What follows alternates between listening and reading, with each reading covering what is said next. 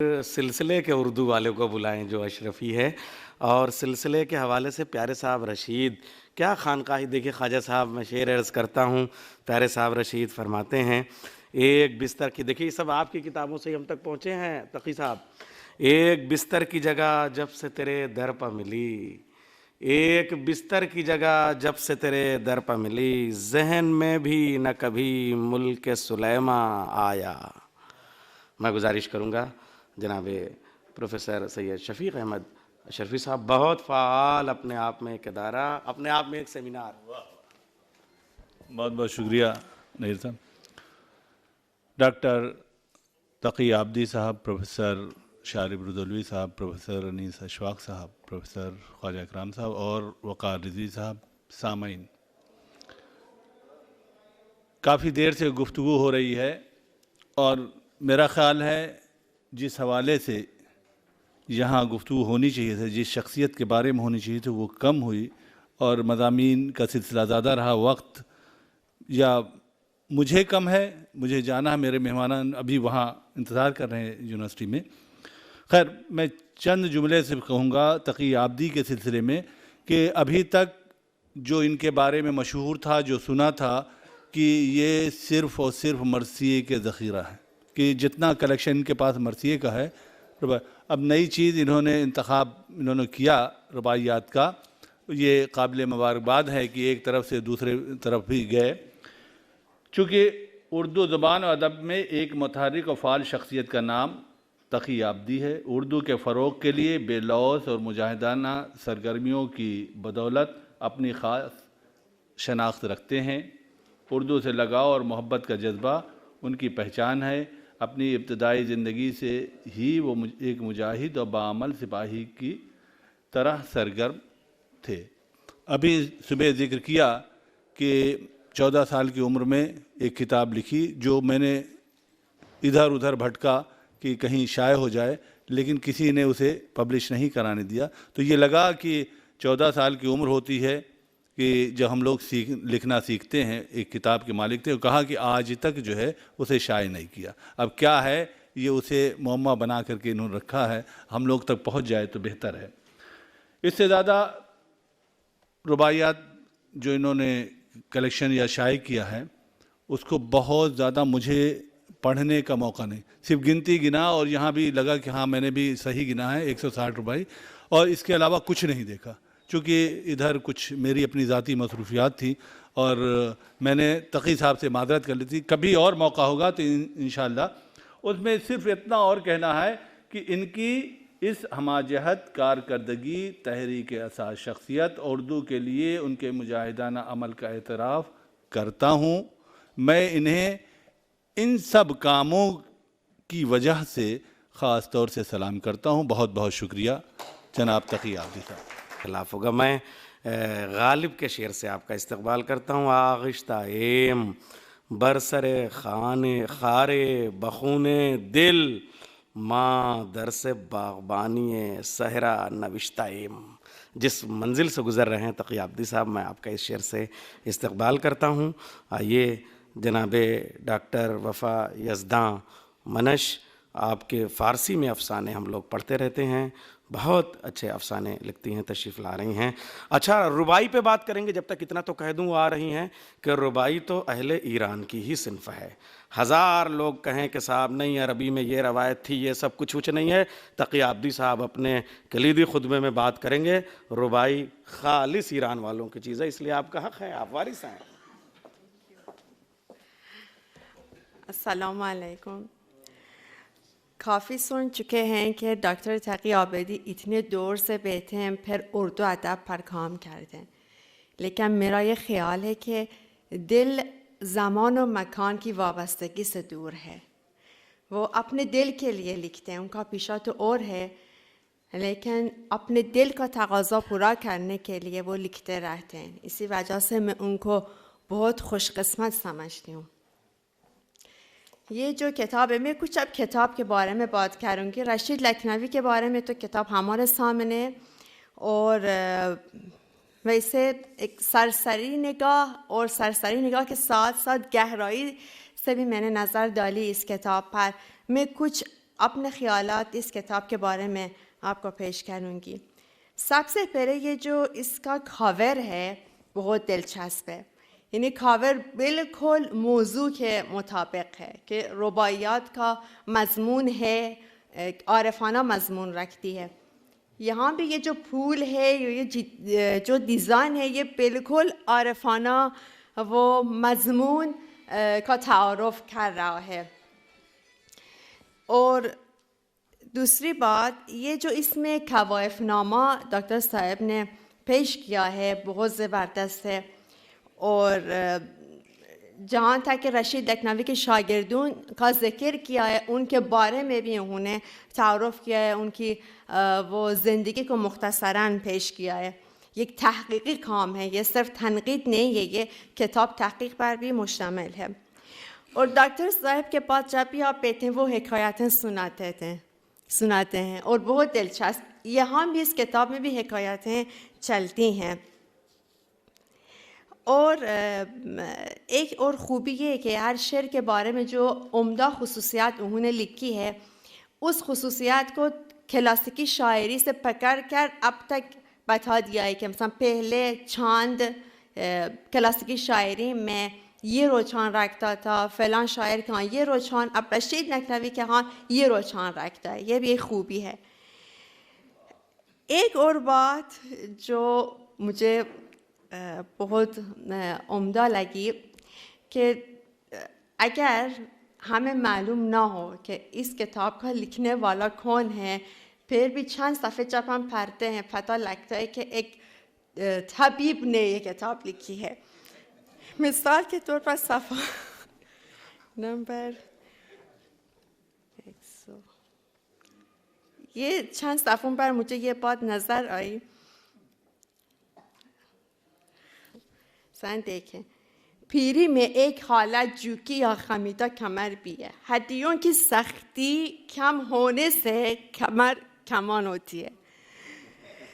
اور بس اب مجھے یہ تجسس پیدا ہوا ہے کہ ڈاکٹر صاحب کو طبابت کرتے ہوئے ہم دیکھیں کہ کیا اس وقت بھی طبابت کرتے وقت یہ ادبی ذوق بھی اس وقت دکھائی دیتا ہے یا نہیں۔ اچھا، بہرحال بہت مبارکباد، بہت خوشی ہے، انشاءاللہ آپ کی کتابیں چھپتے رہیں۔ Thank you. ہاں، میں گرامی قدر پروفیسر انیس اشفاق صاحب سے گزارش کروں گا کہ وہ تشریف لے آئیں، اور ان کے بعد صرف اور صرف مہمان خصوصی خواجہ کرام صاحب، پھر کلیدی خطبہ تقی عابدی صاحب کا اور جناب صدر کا بیان ہوگا۔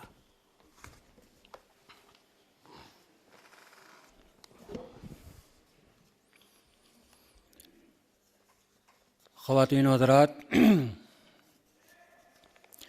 صاحبان فہم و فراست، مجھے بڑی خوشی ہے کہ آج تازہ ترین کتاب جو ڈاکٹر تقی عابدی کے قلم سے نکلی ہے، رباعیات رشید، اس پر گفتگو کرنے کے لیے ہم سب یہاں جمع ہوئے ہیں۔ میں ان خوش بختوں میں سے ہوں کہ جنہوں نے بہت قریب سے ڈاکٹر تقی عابدی کو تصنیف و تالیف کا کام کرتے ہوئے دیکھا ہے۔ اور میں آپ کو یہ بھی بتا دوں کہ جب میں 2003 میں ان کا مہمان ہوا ٹورنٹو میں، انیس کے سلسلے میں، ظاہر ہے کہ انیس کا ایک سلسلہ تھا تقریبات کا، اس سلسلے میں ہم گئے ہوئے تھے، انہی کے مہمان ہوئے۔ اس وقت ان کی کتاب جو اس وقت تک کی سب سے اہم کتاب تھی، تجزیہ یادگار انیس، اس کا سب سے پہلا اولین اجرا جو ہے وہ ٹورنٹو کی سرزمین پر ہوا تھا۔ اس وقت میں نے سوچا تھا کہ ان کا نیا نیا جوش ہے، ایک کتاب انہوں نے لکھی ہے، بڑے اہتمام سے اس کو شائع کرایا ہے، اور ظاہر ہے کہ ایک آدھ کتاب لکھ کر اپنا قلم رکھ دیں گے، لیکن آج 2015 تک آتے آتے یہ 41 کتابوں کے مصنف ہو جائیں گے، یہ میرے حیطۂ خیال میں دور دور تک نہیں تھا۔ اور جنہوں نے ان کو دیکھا ہے کام کرتے ہوئے. ہم ظاہر ہے کہ ان کے مہمان تھے اور ان کا ایک بیسمنٹ جن میں ان کی بہت عمدہ لائبریری ہے, بہت ہی شاندار کتب خانہ ہے, بڑی نایاب اور قیمتی کتابیں ہیں اس کتب خانے میں, اور اس کتابوں کی جمع آوری میں انہوں نے اپنے جگر کو خون کیا ہے, یہ کہنا غلط نہ ہوگا. تو صاحب یہ کس وقت اپنے گھر پر آتے تھے, کس وقت نکل جاتے تھے, کس وقت لکھتے تھے, ہم سب حیران رہ جاتے تھے. ابھی میں پاکستان میں ان کے لیے ایک لفظ استعمال کیا تھا, تو وہاں ایک پاکستان آرٹس کونسل کے چیئرمین ہیں احمد شاہ, ان کے لیے میں نے یہ کہا تھا کہ صاحب ان کے جسم میں کوئی جن سما گیا ہے. تقی آبدی کے جسم میں بھی کوئی جن ہے, کیونکہ یہ انسان کے بس کا کام نہیں ہے جس طرح سے یہ کام کر رہے ہیں. اور سب سے بڑی بات یہ کہ کسی نے یہ کہا کہ ابھی تک ان کی کتاب کے اوپر جس طرح سے گفتگو ہونا چاہیے اس طرح سے گفتگو نہیں ہوئی. اور ہمیں تو خوشی یہ ہے کہ ظاہر ہے کہ ہم لکھنؤ کے ہیں, ناز ہے ہمیں اپنی زبان پر, اتراتے ہیں ہم اپنی زبان پر, فخر کرتے ہیں اپنی زبان پر, اور یہ اسی خانوادے کی زبان ہے. جس وقت یہ خانوادہ, اس کے افراد اپنے آخری وقتوں میں قلم کو حرکت دے رہے تھے, اس وقت لکھنؤ میں ایک جملہ گونجا کرتا تھا کہ لکھنؤ والے سوتے میں بھی غلط زبان نہیں بولتے. لیکن اب وہ صورتحال نہیں ہے. اب ہم جاگتے میں بھی غلط زبان بولتے ہیں, اور ہم صاحبان لکھنؤ. اب وہ امیر مینائی اگر ہوتے اس وقت لکھنؤ میں تو ان کی روح کو بڑی تکلیف ہوتی جب انہوں نے کہا تھا کہ اظہار بوئے مشک غزالوں کے سامنے, دعویٰ زباں کا لکھنؤ والوں کے سامنے. ہم ان کی قدر اس لیے بھی کرتے ہیں. ایک زمانے میں لکھنؤ والے, جو آپ کو ایک مصرع میں بتا دوں انیس کا, کہ لکھنؤ وہ شہر ہے کہ جس میں ایک طرح کی علاقائی تفریق تھی. علاقائی تفریق کا مطلب یہ ہے کہ اس شہر کی ایک بڑی کریکٹرسٹک تھی. علاقائی تفریق کا مطلب یہ ہے کہ جو زبان وزیر گنج میں بولی جاتی ہے وہ زبان کشمیری محلے میں نہیں بولی جاتی. یہ آپ کسی شہر میں نہیں پائیں گے. یہ انیس کے زمانے کا شہر ہے کہ صاحب ان کا تو لہجہ وزیر گنجی ہے.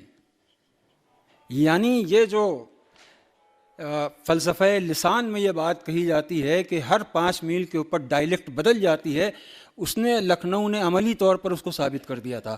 تو انیس نے جب یہ مصرع کہا کہ اس احاطے سے جو باہر ہے وہ بیرونی ہے, یہ دراصل انہوں نے اس شخص کے لیے کہا تھا کہ جو ان کے علاقے کا نہیں تھا اور اس وقت کا بہت بڑا مرثیہ گو تھا, کہ آپ ہماری زبان کو کیا جانیں اور کیا سمجھیں.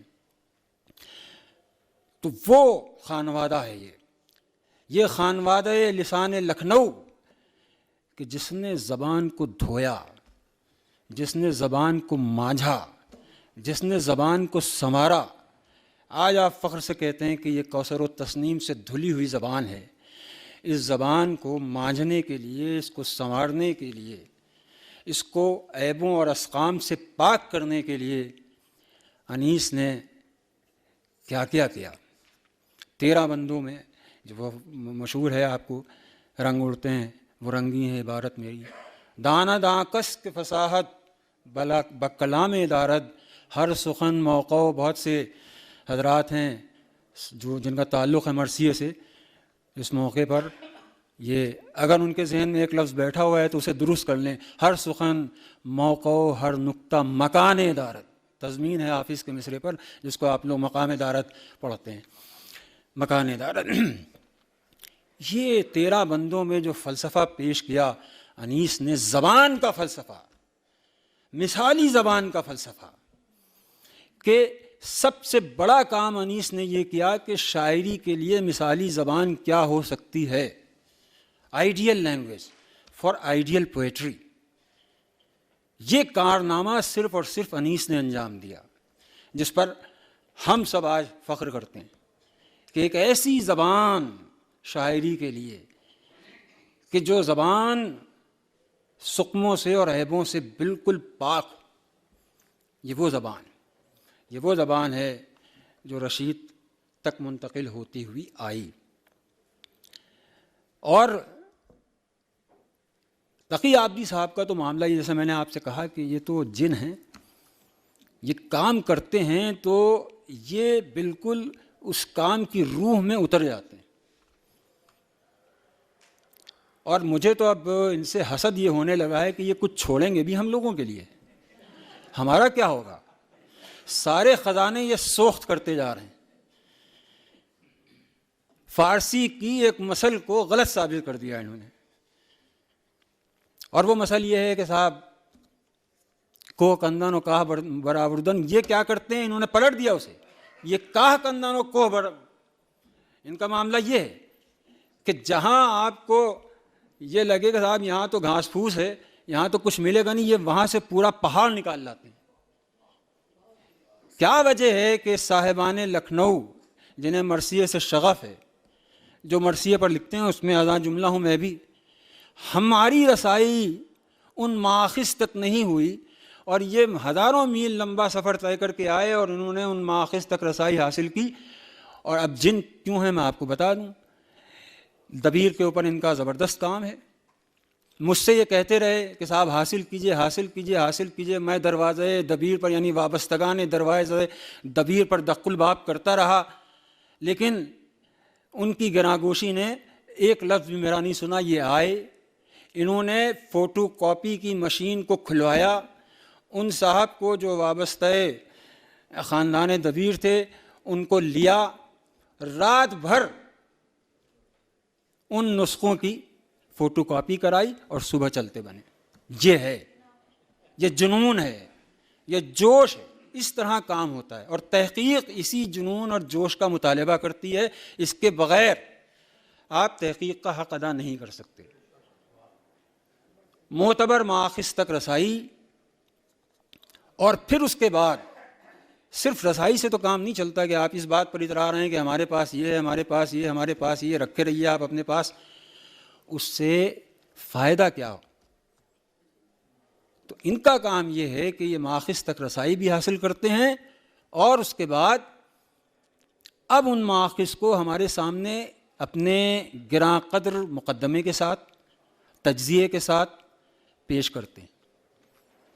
یہی انہوں نے جو سلسلہ شروع کیا تجزیے سے انیس کے، وہ سلسلہ ابھی تک اسی طرح سے قائم ہے. تو تحقیق کے ساتھ، ذمہ دارانہ تحقیق کے ساتھ جو صحیح انصاف ہونا چاہیے وہ انصاف یہ کر رہے ہیں. اور ضرورت کے اعتبار سے اب اسی کو لے لیجئے آپ کہ جناب علی 160 رباعیاں ہیں، لیکن ہماری آپ کی اگر ہمارے ہاتھ آ بھی جاتی وہ رباعیاں، دیکھیے میں ان کے خصوص آپ کے بیان کر رہا ہوں. چلیے مان لیجئے کہ ہمارے ہاتھ آ گئیں وہ رباعیاں، لیکن ان کی نگاہ جا کے کن مضامین پہ ٹھہری؟ احوال پیری. ان رباعیوں میں جو پیری کا احوال ہے. اب ظاہر ہے کہ ان کے قصیدے بھی پڑھوں گا میں، اور ان میں ظاہر ہے کہ ان کے برابر ہوں، لہذا انہیں ایک مشورہ بھی دوں گا.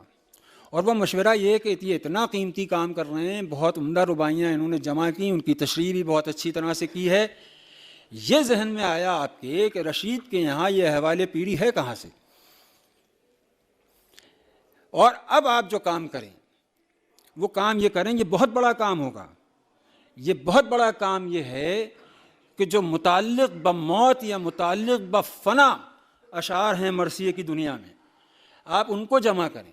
یہ تحریک کہاں سے ملی؟ اس خانوادے کو آپ دیکھیں، صرف وہ نہیں، آپ مونس کو دیکھیں، انس کو دیکھیں، رشید کو دیکھیں، تعشق کو دیکھیں. جب آپ جائیں گے ان مرثیوں کے اوراق کو پلٹتے ہوئے تو آپ دیکھیں گے کہ یہ جو فنا کی ایک دنیا ہے وہ ان کے یہاں کس طرح سے متحرک ہوتی ہوئی نظر آ رہی ہے. اب آپ سن لیجئے مثالوں کے ذریعے. پہلے تو میں رباعی پڑھ دوں. اب اس رباعی کی تحریک کہاں سے ملی؟ کب تک میں رنج و غم کی شدت دیکھوں، تا کہ اپنے پا یہ مصیبت دیکھوں، گردوں نے پیر کر دیا ہے مجھ کو، خم ہوں کہ بس اب نہ اس کی صورت دیکھوں. اب یہ کہ بہت مشہور رباعی، پہلی نگاہ تو آپ کی اسی پہ جاتی ہے. دنیا بھی عجب سرائے فانی دیکھی. اور اس میں شعر کیا تیسرا مصرع, جو آ کے نہ جائے وہ بڑھاپا دیکھا. یہ ہیں انیس. پھر وہ سلام کا شعر, سلام کا شعر کیا ہے؟ پھر ایک اور شعر, عالم پیری میں دے گا کون ساتھ, اس طرح سے بھی آئے کون پاس, اے اسا گرتی ہوئی دیوار ہوں. یہ انیس. اسی کی خود نوید زندگی لائی, بقا میرے لیے بہت ہی مشہور سلام ہے. تو یہ جرریاں نہیں ہاتھوں پہ ذوف پیری نے چنا ہے جامع اصلی کی آستینوں کو. یہ فائنس یہ انیس کے یہاں ہے. یہ احوال پیری جو ہے یہ ایک سلسلہ ہے, اور یہ احوال پیری کا سلسلہ دراصل جا کے فنا سے ملتا ہے.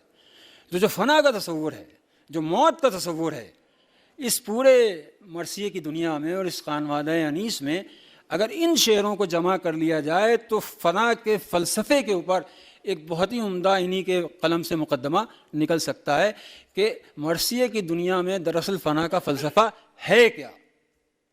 یہ ایک مشورہ ہے, اور آپ دیکھیں اس کو کہ متعلق بموت اشعار اگر آپ جمع کر کے دیکھیں تو یہ کتنی عمدہ صورت ہوگی. یہ جناب عالی کہ آپ دیکھیں کہ اس اتنی زبردست سوانح کے صاحب رشید کا سلسلہ, شجرہ, ننیالی شجرہ, ددیالی شجرہ, رشید کے اساتذہ, رشید کے شاگرد, رشید کے مجھے تو پہلی بار معلوم ہوا کہ مہدی حسین ناصری ان کے شاگرد تھے. اور ہم تو ظاہر ہے بچپن سے شعر پڑھا کرتے, طول کھینچا ہے یہاں تک شب تنہائی نے, ناصری قبر پہ عبرت کے لیے لکھوا دو, طول کھینچا ہے یہاں تک شب تنہائی نے. یہ ہمیں نہیں معلوم تھا, اور یہ ظاہر ہے کہ اپنی جہالت کا اعتراف کر لینا بھی کوئی ویسی بات نہیں ہے. جو چیز نہیں معلوم ہے کہہ سکتا ہوں, یہ آپ کی وجہ سے مجھے معلوم ہوا. تو ایسی بہت سی چیزیں ہیں. اب ان کا ایک اور خصوص یہ ہے, بات میں مختصر کر رہا ہوں, کہ انہوں نے ایک بڑا کارنامہ مرثیے کی تحقیق کی دنیا میں یہ کیا ہے کہ مواد کی جمع آوری کی ہے, اور مواد کی جمع آوری کا جواز پیش کیا ہے. اس پر بہت ہی بصیرت افروز مقدمہ لکھا ہے, اس کا بہت ہی ذکاوت اور بصیرت کے ساتھ محاکمہ کیا ہے. اب جو نئے کام کرنے والے ہیں ان کے لیے انہوں نے بڑا ذخیرہ, ہم کو تو انہوں نے بالکل مرثیے کی تحقیق کی دنیا سے باہر کر دیا. ہمارا اور شارف صاحب کا کیا ہوگا ہم نہیں کہہ سکتے. اگر یہ اس تیزی سے چلتے رہے تو ہم تو بہت پچھڑ جائیں گے. اگرچہ کہ ہم تنقید کی دنیا کے آدمی ہیں, لیکن تنقید کو بھی تحقیق کا سہارا تو لینا ہی پڑتا ہے. تو سب کچھ اگر یہی کر ڈالیں گے تو ہم کیا کریں گے. تو اب مجھے ان سے بڑا خوف آنے لگا ہے. یہ کہیں رک نہیں رہے ہیں. اب زیر قلم ایک اور تصنیف ہے اسی سلسلے کی, تو کہاں پر ان کا قلم رکے گا. اور یہ جو ابھی کہا ہمارے ضمیر اختر نقوی صاحب نے کہ صاحب اتنے ہزاروں میل دور ایک شخص بیٹھا ہوا ہے, لکھنؤ سے اس کا شغف ہے, لکھنؤ سے اس کی محبت ہے, لکھنؤ وہ آ رہا ہے, لکھنؤ میں ان چیزوں کو خزانوں کو کھنگال رہا ہے, اور لکھنؤ والے اس سے محروم ہیں. یہ بہت بڑی بات. دوسری بات یہ, ان کے خصوص کی بات میں کر رہا ہوں بس چند جملوں. ایک اور تحقیق میں انہوں نے, ہمارے شارف صاحب یہاں بیٹھے ہوئے, اب تک ہم نے سائنٹیفک تنقید کا نام سنا تھا, تم کو بھی معلوم ہوگا, تنقید پڑھتے ہو, تنقید پر کام شروع کیا تھا تم نے. سائنٹیفک تنقید, تقی آدمی نے ایک نیا ٹرم دیا ہے, ایک نئی اصطلاح تحقیق کو دی ہے, وہ ہے سائنٹیفک تحقیق. سائنٹیفک تحقیق کیا ہے کہ آپ اسی کو لے لیجئے. اب اگر آپ کو یہ معلوم کرنا ہے کہ انہوں نے احوال پیری کے متعلق کتنی رباعیاں کی ہیں, انہوں نے منقبت کے رباعیاں کتنی ہیں, حمد کی رباعیاں کتنی ہیں, یہ انہوں نے ایک ٹیبل ایک جگہ پر آپ کو فراہم کر دی ہے. چونکہ کمپیوٹر سے ظاہر ہے شغف بہت زبردست ہوگا, تو جو ایک کمپیوٹرائز ریسرچ ہے اور ایک جو سائنٹیفک ریسرچ کہ ایٹ اے گلانس اگر آپ جاننا چاہتے ہیں تو وہ آپ کو معلوم ہے. دوسری چیز یہ بھی تحقیق میں کوئی اس لیے نہیں آپ کا قصیدہ پڑھا رہا ہوں, ابھی میں بتاؤں گا بھی کہ قصیدہ پڑھنے کا حشر کیا ہوتا ہے. دوسری چیز کیا ہے, وہ ہے انٹر ریلیٹو انفارمیشن. یہ آپ کو تحقیق میں کم ملتا ہے کہ آپ ایک چیز کے متعلق ہے. مثلا میں آپ کو مثال دوں کہ یہ رشید کے بارے میں لکھ رہے ہیں. اب اگر آپ کو یہ صرف رشید کے بارے میں لکھتے تو شاید آپ کو اتنا سود مند نہ ہوتا, لیکن رشید پر لکھتے ہوئے یہ خانوادہ رشید کے بارے میں لکھ رہے ہیں, یہ رشید کے شاگردوں کے بارے میں لکھ رہے ہیں، یہ رشید کے شاگردوں کے شاگردوں کے بارے میں لکھ رہے ہیں. تو ایک ڈیٹیلڈ انفارمیشن اور ایک انٹر ریلیٹیو انفارمیشن آپ کو فراہم کرتے چلے جا رہے ہیں. آپ ایک جگہ پر، کوئی بھی تحقیق کا طالب علم ایک جگہ بیٹھ کر بہت سے معلومات حاصل کر سکتا ہے. اس کو ہم کہتے ہیں انٹر ریلیٹیو انفارمیشن، جو تقی آبدی نے کام کی. یہ دو ان کے خصوص ہیں تحقیق میں. اب ضمیر اختر صاحب آپ کو بڑا دولت مند بتا کر چلے گئے. بھائی دولت تو بہت سوں کے پاس، بڑے عبرتناک انجام ہوتے ہیں.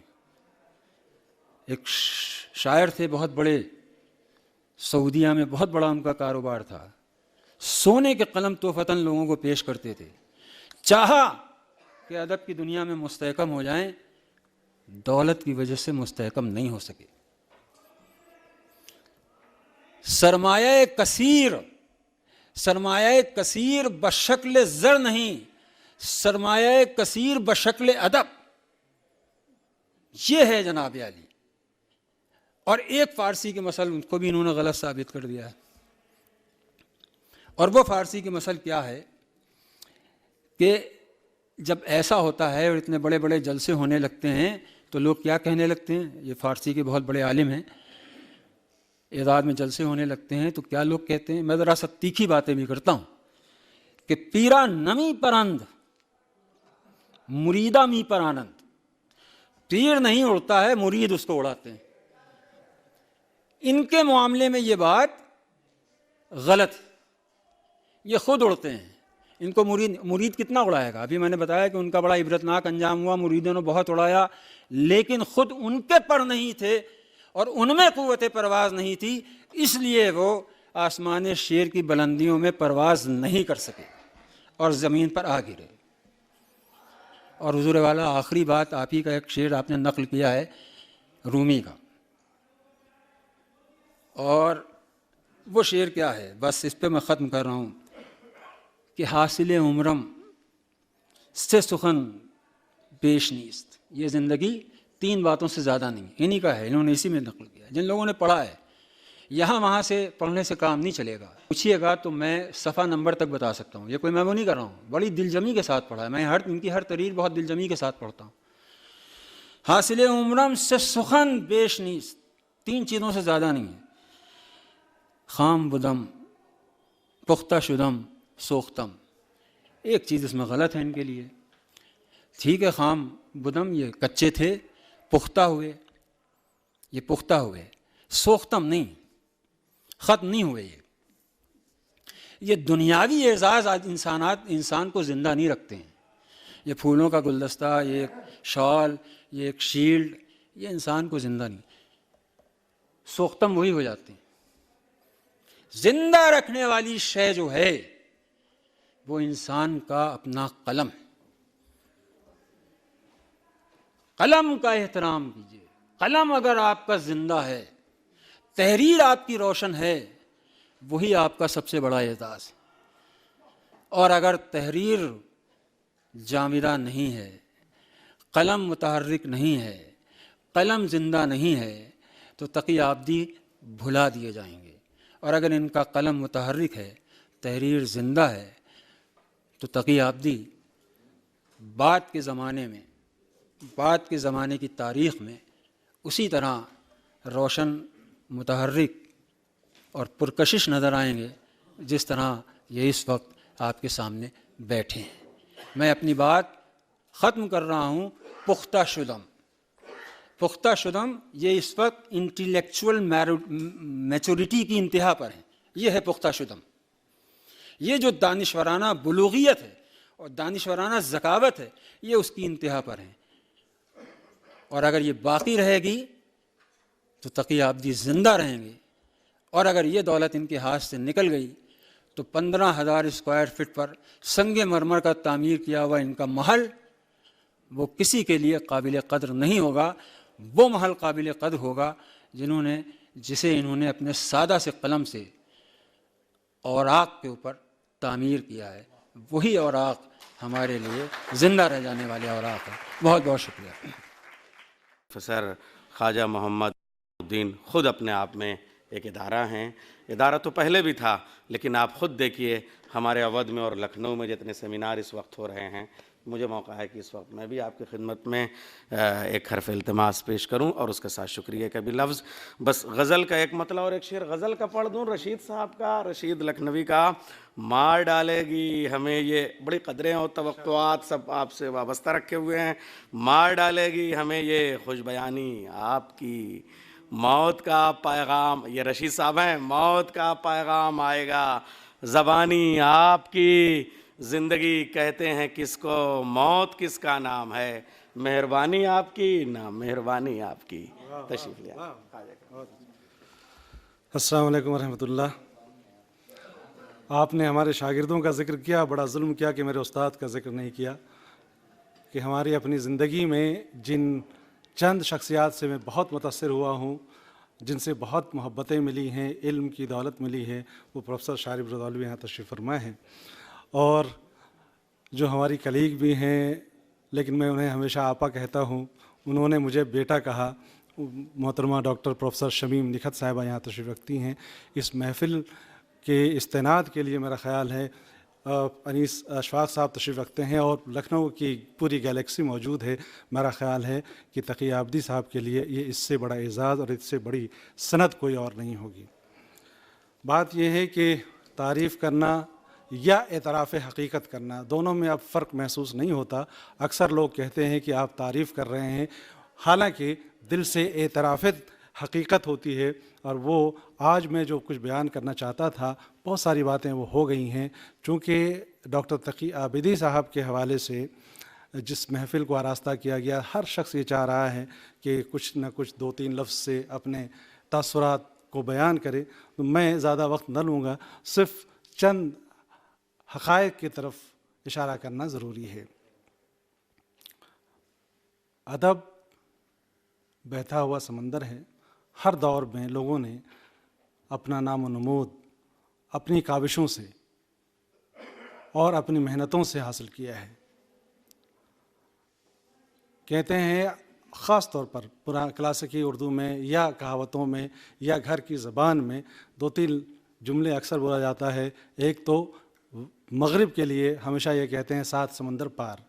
اب پتہ نہیں تقی عابدی نے اس 7 سمندر پار ساری موجوں کی طغیانی کو کینیڈا کی طرف موڑ دیا، اور بر صغیر کی جو عظیم وراثتیں تھیں ادب میں، اس کو اپنے گھر کی لائبریری ہی نہیں بلکہ صفحہ کرتاس پر بکھیر دیا ہے. میرا خیال ہے کہ یہ بہت بڑی بات ہے. تقی عابدی کے حوالے سے 2-3 باتیں اس لیے اہم ہیں کہ خود لکھنؤ کی سرزمین میں پروفیسر محمود الحسن کا نام آتا ہے نفسیاتی تنقید کے حوالے سے. انہوں نے کئی کام کیے. ان میں سے جتنے بھی کام سامنے آئے اس کو دوستوں نے بھی، دشمنوں نے بھی، حاسدوں نے بھی، ہر شخص نے اس کا اعتراف کیا کہ واقعی یہ کام بڑا کام تھا.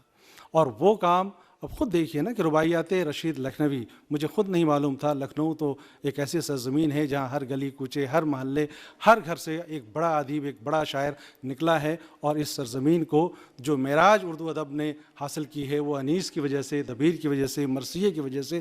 جہاں مرثیے کو ہم زبان سیکھنے کے لیے پڑھتے ہیں کہ اگر زبان صحیح کرنی ہو تو مرثیہ پڑھ لو، مرثیے کو لہجے کی درستگی کے لیے بہتر طریقے سے پڑھنے کی ہمیں تربیت دی گئی تھی. تو میں یہ سمجھتا ہوں کہ رشید لکھنوی کی کئی جہات ہیں، مراثی کی بھی، غزلوں کی بھی، رباعیات کی بھی، لیکن انہوں نے رباعیات کو احوال پیری سے ایک ڈاکٹر جتنی بہتر طریقے سے کر سکتا ہے. چونکہ ساری بیماریاں اس وقت عود کر کے آتی ہیں جب ہم عمر کی آخری منزلوں میں ہوتے ہیں، یعنی پیری میں ہوتے ہیں. اور ایک ڈاکٹر ہی بہتر سمجھ سکتا ہے کہ کس بیماری سے مریض کس کرب میں مبتلا ہے، کیا وہ اس کرب کی تفصیلات کیا رباعیات رشید لکھنؤ میں ہے یا نہیں. اگر نہیں ہے تو ہم یہ کہیں گے کہ یہ کامیاب مثنویہ نہیں ہیں. لیکن جو تشریحات آپ نے پیش کی ہیں ایک طبیب کے نقطہ نظر سے، میرا خیال ہے کہ وہ بہت ہی نایاب اور ایک انوکھا کام ہے، ایک جدت بھرا کام ہے. کئی باتیں آئی. میں اپنے استاد محترم پروفیسر شارب رضوی صاحب کے برابر بیٹھا تھا، یہ اعزاز ہے ان کے برابر بیٹھنا. تو ابھی ذکر ہو رہا تھا کہ انیس اور دبیر اور اس طرح کے کئی بڑے نام ہیں جن کے کلام کو اب تک یکجا مرتب نہیں کیا گیا. تو میں لکھنؤ کی سرزمین پہ NCPL کے ایک خادم ہونے کے ناطے یہ کہنا چاہتا ہوں اسی لکھنؤ کے باشندوں سے، لکھنؤ کے ادیبوں اور دانشوروں سے کہ اگر میرے پاس کلیات انیس، کلیات دبیر کا کوئی منصوبہ آئے گا تو ودن نو ٹائم اس کو ہم منظوری دیں گے اور انسپیول سے شائع کریں گے۔ میں نے تقی عابدی صاحب سے گزارش کی کہ رباعیات انیس جو انہوں نے لکھی ہے وہ ختم ہو گئی۔ میں نے کہا کہ آپ حق طباعت کونسل کو دے دیں تو ہم اس کو شائع کریں گے۔ بہت میں شکر گزار ہوں کہ آپ نے حق طباعت NCPL کو دیا ہے، وہ NCPL شائع کرے گی۔ مجھے حیرت ہے، میں خود طالب علم ہوں اور مجھے حیرت ہے کہ وہ اب تک مرتب نہیں کیا جا سکا، اور کونسل نے نہ جانے کتنی کلیات کو شائع کر دیا، اور جس نے اردو ادب کو معراج بخشی وہی ابھی زیور طبع سے آراستہ نہیں ہو سکا۔ تو میں سمجھتا ہوں کہ کونسل کی بھی ایک بڑی کوتاہی ہے، اس کا میں اعتراف کرتا ہوں ایک ذمہ دار کے طور پر، لیکن یہ امید لگاتا ہوں کہ میرے جاتے ہی جس طرح سے اشرفی صاحب نے بھیجا تھا پروپوزل، ایک دن کے اندر یہاں سے کوئی منصوبہ ہمارے پاس آئے گا تو ضرور ہم اس حوالے سے کام کریں گے۔ یہ کتاب دعوت مطالعہ دیتی ہے، ہمیں تحرک دیتی ہے، ہمیں ذوق و شوق دیتی ہے کہ ہمیں کس نظر سے ادب کو دیکھنا چاہیے۔ ٹھیک ہے، تقی عابدی صاحب نے بہت ساری کتابیں لکھی ہیں، لیکن ایسا نہیں ہوا کہ کسی کتاب پر یہ حرف آیا ہو کہ یہ زود نویس ہیں اور جو لکھتے ہیں وہ بہت اس کو قابل اعتنا نہیں سمجھا جائے گا۔ لیکن اتنی کتابوں کو لکھ لینا، ٹائم نکال لینا، یہ اپنے آپ میں بڑی نعمت ہے۔ بلکہ ہم تو یہ کہتے ہیں کہ فارسی کا وہ جو شعر ہے، خوشائے دل کے بحر استقلال، خوشائے دل کے بحر استقلال، رحمتش بے قرار می آیت۔ اور اگر رشید لکھنوی کی زبان میں یہی بات کہنا چاہیں تو رشید کے یہ انداز کو بھی دیکھیے، بے خبر بیٹھا ہے کیا لبیک کہہ دوڑے رشید، بے خبر بیٹھا ہے کیا لبیک کہہ دوڑے رشید، پوچھتی پھرتی یہ رحمت کوئی بدعمال ہے۔ ابھی دیکھیے کہ رشید صاحب کو اب صرف اس لیے نہ جانا جائے کہ انہوں نے احوال پیری کے حوالے سے بہت ساری رباعیات کہی ہیں۔ اردو کا شاید کوئی ایسا شاعر ہوگا جس نے اتنی رباعیات پیری کے احوال کے حوالے سے لکھی ہوں، لیکن میں ابھی چونکہ یہ بڑا ظلم ہے کہ کتاب ابھی ملی اور سرسری پڑھ رہا تھا، 2-3 شعر میں نے نقل کیا، لیکن 2-3 رباعیات ایسی اس میں نظر آئیں ورق گردانی کے درمیان کہ انہوں نے صرف ایسا نہیں ہے کہ پیری کے کرب پر ہی باتیں کی ہوں، بلکہ انہوں نے کچھ ایسی حقیقتوں کا انکشاف کیا ہے کہ عام طور پر ہم اس کا اعتراف نہیں کرتے۔ ہوتا کیا ہے پورے ہندوستان میں، ٹھیک ہے کچھ ملکوں میں ایسا ہے کہ شادی کرنے سے پہلے یا شادی کے فوراً بعد وہ حج کے لیے روانہ ہوتے ہیں۔ ہمارے وہاں جب آدمی ریٹائر ہو جاتا ہے، حج کرتا ہے، واپس آتا ہے، داڑھیاں بڑی ہونے لگتی ہیں، ٹوپیاں سر پہ آ جاتی ہیں، نماز کا پابند ہوتا ہے، اس حوالے سے بھی روایات اس میں موجود ہیں۔ اس کا مطلب یہ ہے کہ ان کی شاعری، میں چاہتا ہوں کہ وہ روایت اگر جلدی سے نظر آ جائے تو میں آپ کو پڑھ کے سناؤں کہ کس طرح سے انہوں نے کہا ہے۔ ہاں صاحب مل گئی۔ تو یہ رنگا رنگی جو ان کے وہاں ہے، ہاں، آتے ہی ہر انسان پہ احسان کیا ہے۔ دیکھیے بڑے شاعروں کا کمال یہی ہے کہ لفظوں کا استعمال، تضادات سے باتوں کا احسان کرنا۔ کون سا شخص ہے جو یہ کہتا ہے کہ بڑھاپا آیا تو مجھ پہ احسان کیا؟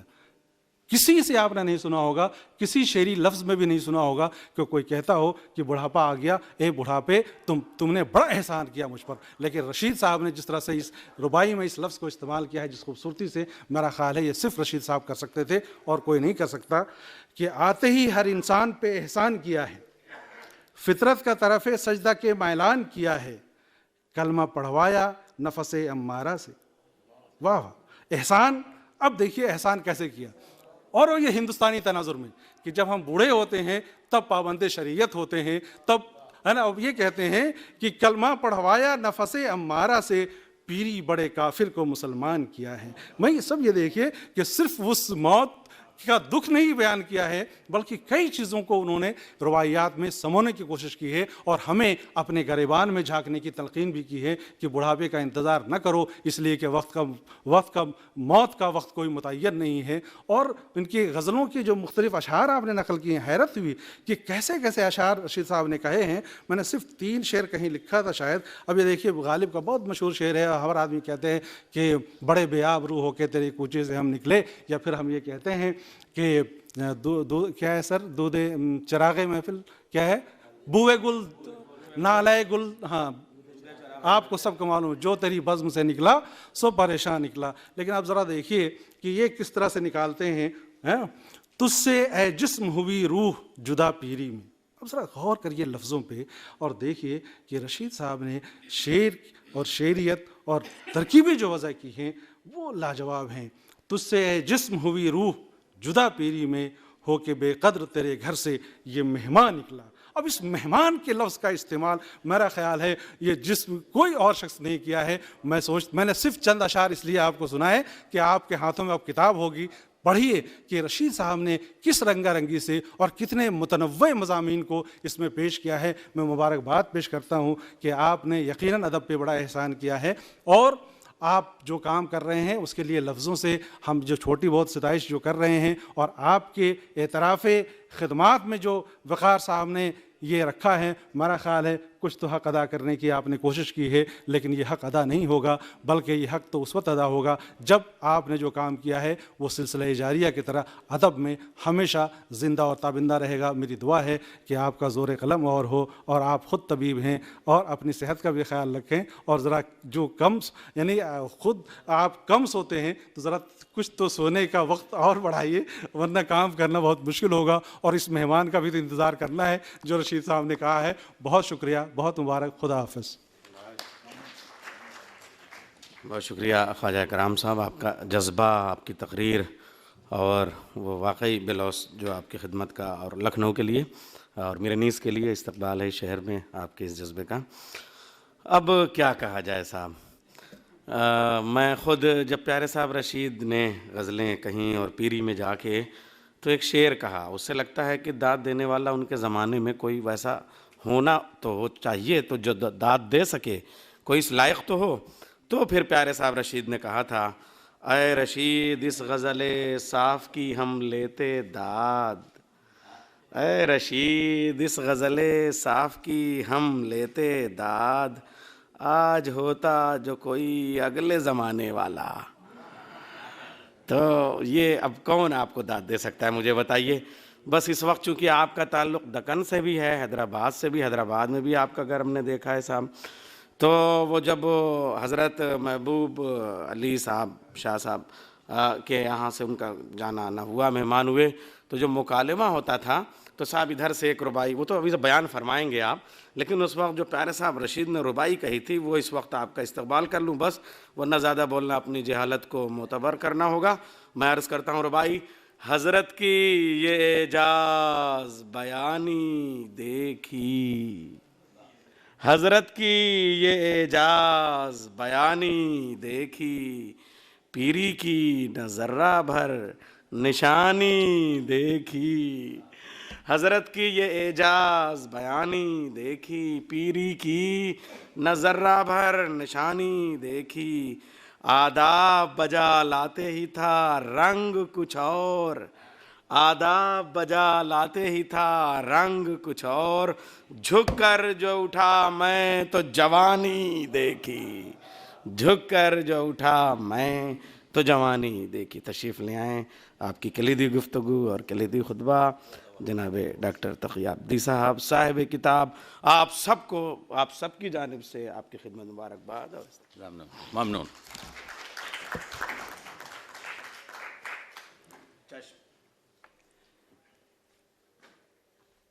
روح محفل استاد الاساتذہ پروفیسر شارب ردلوی صاحب، محترم اے گل بتو خورسندم تو بوئے کسی داری. میں اس پھول سے بہت خوش ہوں کیونکہ ان سے کسی کی خوشبو آ رہی ہے. میر انیس کے انس اور انیس کے خاندان کے افراد یہاں موجود ہیں. مجرب لکھنوی، محترم سبط حسین نقوی جوہر، محترم علی امام زیدی گوہر، اور دوسرے افراد جنہوں نے محبت کی، اور حسن یوسف کو میں نے بازار مصر میں پیش کیا. یقیناً یہ جو کتاب پیش ہوئی ہے یہ دیباچہ ہے، جو ایک کتاب 2 یا 3 مہینے میں اس وقت پروف ریڈنگ کے مرحلے میں ہیں، جس میں ہم نے یہ ثابت کرنے کی کوشش کی ہے کہ مرثیہ کے 4 دبستان انیس، دبیر، اجتہاد اور انس نہیں، بلکہ حضرت رشید نے جو ددیال سے انس اور ننیال سے انیس کے نمائندہ شاعر ہیں، 5واں دبستان مرثیہ کا سرزمین لکھنوی پر، جس میں بہاریہ مضامین کو رکھ کر، جس میں ساقی نامے کو دخل کر کر، جس میں تشبیب اور چہرے کو سنوار کر، گفتگو باتوں سے نہیں ہوتی، اس دبستان کو ثابت کرنے کے لیے ہم نے 200 سے زیادہ صفحات کو سیاہ کیا ہے۔ میں ادب کا معمولی سا طالب علم ہوں، لیکن ایک چیز میں نے اپنی مغربی تعلیم سے پائی ہے، وہ یہ ہے کہ اگر کوئی مجھ سے کچھ سوال کرتا ہے اور اگر میں نہیں جانتا تو صاف کہتا ہوں مجھے نہیں معلوم۔ دوسری کوشش میں یہ کرتا ہوں، ہر شخص کے پاس ایک جوہر ہے، ہر کتاب میں ایک رمز ہے، اور اس سے میں استفادہ کرتا ہوں، اور یہی طریقے کو لے کر آگے چلتا ہوں۔ تو ہم نے شاید 1000 سے زیادہ صفحات پر مشتمل کلیات رشید، جو کچھ دیر ہو جائے گی اس وجہ سے کہ آج مجھے 3 چیک ملنے والے ہیں اس خاندان کی جانب سے، جس کا مجھے پوری طریقے سے علم نہیں تھا۔ میں آپ کا ممنون ہوں، ہم اس کو فوراً دیکھ کر انشاءاللہ 2 ہفتے میں یہ غیر مطبوعہ مراثی کو بھی اس میں شامل کریں گے۔ مسئلہ یہ ہے کہ یہاں پر اس وقت 1 انار اور 100 بیمار کی بات ہے، لیکن میں انشاءاللہ وعدہ کرتا ہوں، شکریہ ادا کرنا چاہتا ہوں وقار رضوی صاحب کا کہ آپ نے محبت کی، مجھ پر کرم کیا کہ اس حقیر کے لیے اتنی زحمت آپ نے یہاں پر، اور میرے لیے رحمت کا سامان۔ ہماری بہت سی کتابیں ابھی دہلی میں ہیں، اور میں انشاءاللہ وعدہ کرتا ہوں کہ آج اگر ہم کو ایک لسٹ مل جائے تو شاید 1 ہفتے کے اندر وہ کتابیں ان لوگوں تک پہنچ جائیں، کیونکہ اس میں جو دیباچہ، اس میں جو رشید کے سوانے کو میں نے مستند طور پر رکھا ہے، وہ ہم نے وہ تقریباً 125 صفحات دوسری کتاب میں بھی شامل اس لیے کیے ہیں کہ یہ کتابیں ہمیشہ نہیں چھپتی۔ یہ کتابیں اس وجہ سے، اور مجھے اتنے کام ہیں کہ اس پر پھر توجہ نہیں ہو سکتی، تو کتابیں آپ کی خدمت میں پہنچیں گی۔ حقدار کو تک حق کا پہنچانا میں اپنا فرض سمجھتا ہوں۔ گفتگو جو ہوئی، ایک لفظ بھی میں نہیں دہراؤں گا، لیکن کچھ چیزوں کو اضافی کروں گا۔ یہ چیز بتانے کی کوشش کر رہا ہوں کہ میں پہلا شخص ہوں جس نے حیدرآباد دکن میں بھی مضمون کے ذریعے یہ ثابت کیا ہے کہ محبوب علی پاشا نظام دکن ششم، جن کے استاد پہلے عبد القادر گرامی تھے، اس کے بعد داغ دہلوی رہے، اس کے بعد جلیل مانک پوری ہوئے، اور اس کے بعد حضرت رشید لکھنوی ہوئے۔ یہ بزرگی ہے رشید لکھنوی کی کہ لوگوں میں بیٹھ کر اس کا پرچار اور اس کو عام نہیں کیا۔ یہ خاندانی اباحت ہے۔ ہم نے، مجھے نہیں معلوم جون پوری صاحب یہاں پر تشریف رکھتے ہیں یا چلے گئے ہیں، عارف حسین جون پوری صاحب یہاں تشریف لائے تھے، انہوں نے ایک رباعی پڑھی جو ذل الہ کا تھا، اور اس کے بعد کہا میرے کرم فرماؤں میں سے ہیں، میرے محبت کرنے والوں میں سے انہوں ہی نے، اور میں ان سے بات کروں گا. 2 سال پہلے میری فیض فہمی پر جو ایک جلسہ ہوا بڑا، تو ایک شخص نے، میں نے ایک مضمون لکھا ہے کون بڑا، جوش یا فیض. اس میں نے یہ بتایا ہے کہ فیض جوش کے قریب بھی نہیں پہنچ سکتے، بڑا کیا. اس میں نے ایک کوٹیشن دیا ہے انصاری کا، اور ایک بہت بڑے پروفیسر نے اردو کے پوری بھری محفل میں نہ صرف کہا بلکہ شائع بھی کیا کہ تقی عابدین نے یہ جملے کہے، جبکہ میں نے اس عظیم شخص نے یہ تک نہیں دیکھا کہ میں کوٹ میں وہ ان کوٹ کر رہا ہوں کہ فلاں شخص نے یہ کہا، اس کے بعد 16 صفحے لکھ رہا ہوں. اسی طرح سے آج جو بات ہوئی کہ حضرت رشید نے ذل اللہ کی تعریف کی، ایسا نہیں ہے. رشید نے ربائی پڑھنے کے بعد، کتاب پڑھیے، میں لکھتا ہوں کہ رشید نے سلام پڑھا ہے. فدا ہوں اس پہ سلامی ہے جس کا نام حسین. یہ سلام محبوب علی پاشا کا ہے. انہوں نے تعریف نہیں کی کہ ذل الہ کا کلام پڑھا جائے اللہ کے کلام کے بعد، اس کے بعد وہ ربائی گلرو کی نہیں پڑھی. رشید نے جب یہ ربائی پڑھی کہ اللہ کے کلام کی تلاوت ہو چکی ہے تو ذل اللہ کا کلام بھی پڑھا جائے، اس کے بعد کیا پڑھا؟ فدا ہوں اس پہ سلامی ہے جس کا نام حسین. میرا معین، میرا آقا، میرا امام حسین صبا کو بھیج کے روضے پہ کر رہا ہوں دعا، کریں قبول الہی میرا سلام حسین. میں اپنے دل کو بہت پاک و صاف رکھتا ہوں کہ شاید اس میں کسی دن کریں قیام حسین. یہ آصف نے پڑھا، تو یہ نہیں پڑھا کہ ذل الہ کا کہ گلروخ عشقیہ شعر نہیں پڑھے. تو یہی چیزوں کو میں بتانا چاہتا ہوں کہ کتاب جب پڑھی جائے تو اس کو، کیونکہ ایک امپریشن پڑتا ہے. کسی وقت اتنا پاکیزہ شاعر، میری تو عمر گزرتی ہے انہی شاعری میں، 30 سے 35 40 گھنٹے میں ہر ہفتہ کام کرتا ہوں. ریفرنس پوچھ لیجئے، دے سکتا ہوں، دوں گا. تو یہ بات نہیں تھی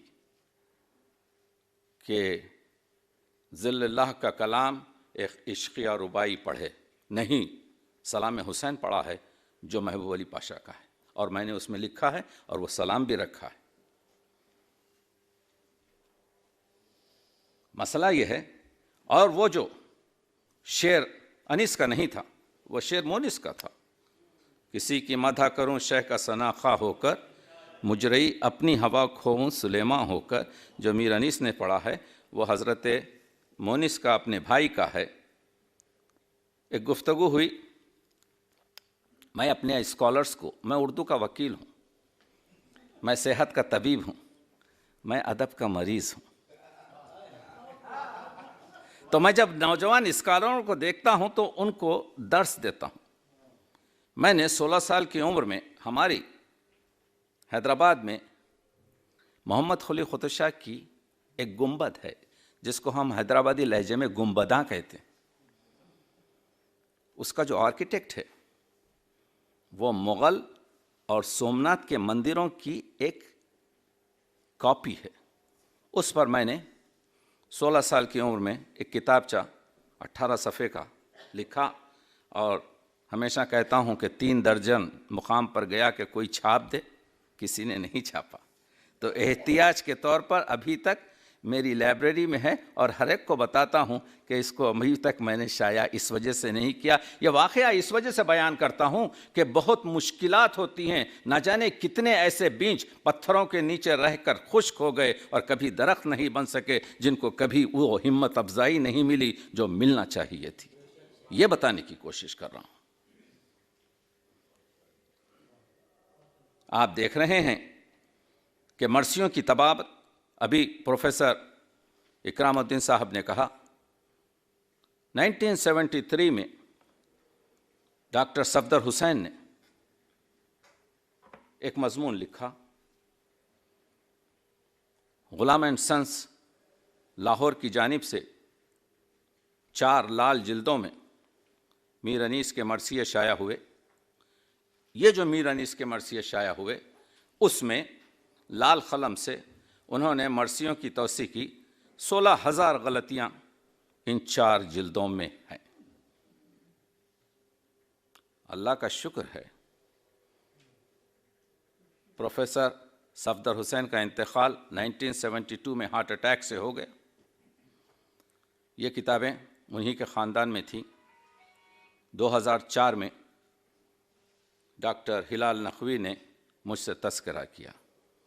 میں نے کہا ڈاکٹر صاحب میں لکھنؤ گھر گھر بھیک مانگا، نیر مسعود صاحب نے مجھے تصحیح کیے ہوئے 2,500 مرثیے دیے جس میں تقریباً 2,500 اغلاط، مسعود حسن ادیب نے تقریباً 1,800 غلطیاں نکالیں، فائق نے میر انیس کے خاندان کے 3,000 غلطیاں نکالیں۔ میں جان رہا تھا تو میں نے حساب کیا کہ تقریباً 19,000 غلطیاں اس وقت میر انیس کے 213 مرثیوں میں ہیں۔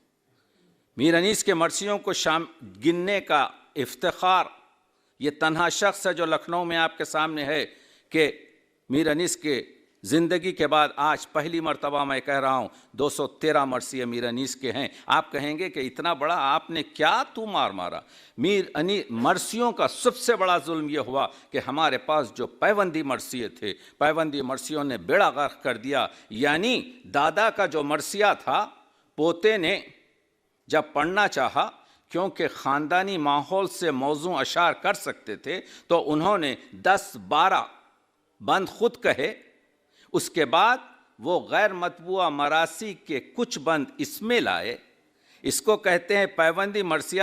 داد تو انہی پہ ملی جس کی وجہ سے ہمارا بیڑا غرق ہو گیا، اس وجہ سے کہ جب خطا کی مسافت شب آفتاب، آپ اٹھا کر دیکھ لیجئے راجکمار کی جو چھپی ہے اس میں 2 جگہ یہ مرثیہ چھپا ہے، جب آسماں پہ ختم ہوا دور جام شب۔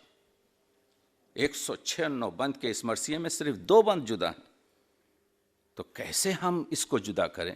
میں نے ایک سائنٹیفک طریقہ خود دریافت کیا۔ میں نے کمپیوٹر میں پہلا مصرع پہلے بند سے، دوسرا مصرع 25ویں بند سے، تیسرا مصرع 75ویں بند سے اس طرح سے رکھ کر کیا، جہاں کہیں بھی ایک مصرع دوسرے مصرے سے میل گیا اس مرثیے کو میں نے پوری طریقے سے کھنگال دیا، کیونکہ موضوع تو ایک ہی ہے۔ آپ 196 بند کا مرثیہ پڑھیں، دوسرے بند کے مرثیے کو پڑھیں تو کنفیوز ہو جائیں گے آپ کے اس میں کتنے بند۔ بہت مشکل کام تھا، لیکن اس سے ایک فائدہ ہوا اس انگلش میڈیم کے پڑھے طالب علم کو کہ مجھے میر انیس کی زبان آ گئی۔ میں نے مصروں کی حرارت کو محسوس کیا، میں نے لفظوں کی چستی اور میر صاحب نے جو کہا تھا ان تمام چیزوں کو۔